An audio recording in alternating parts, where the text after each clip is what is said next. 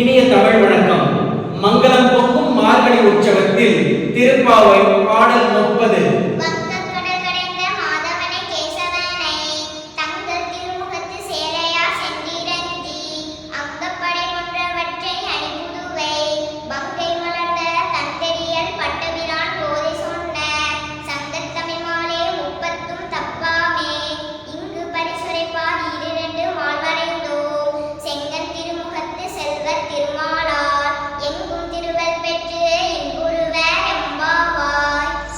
பாற்கடலை கடைந்த மாதவ கண்ணனிடம், அரக்கர்களை அழித்தவனிடம், குளிர்ச்சியும் தூய்மையும் நிறைந்த முகத்தை உடைய சிறுமிகள் சென்று பிரார்த்தனை செய்து வரங்கள் பெற்று வந்தோம்.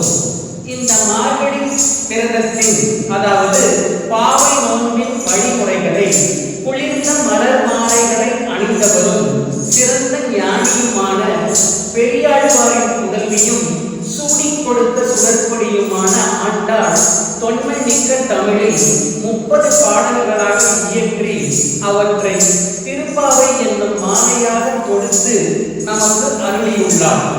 இந்த 30 பாடல்களையும் தினசரி பாராயணம் செய்யும் அன்பர்களுக்கு எம்பெருமான் தன் திருமுகம் காட்டி தன்னுடைய கருணை நிறைந்த கண்களால் அனுகிரகிப்பான். அவர்களுக்கு வேண்டிய இகபர நலன்கள் அனைத்தையும் தனது 4 கரங்களாலும் குறைவின்றி வழங்குவான். அவர்கள் வாழ்வில் எல்லா நன்மையும் பெற்று பேரானந்தத்துடன் பெருவாழ்வு வாழ்வார்கள்.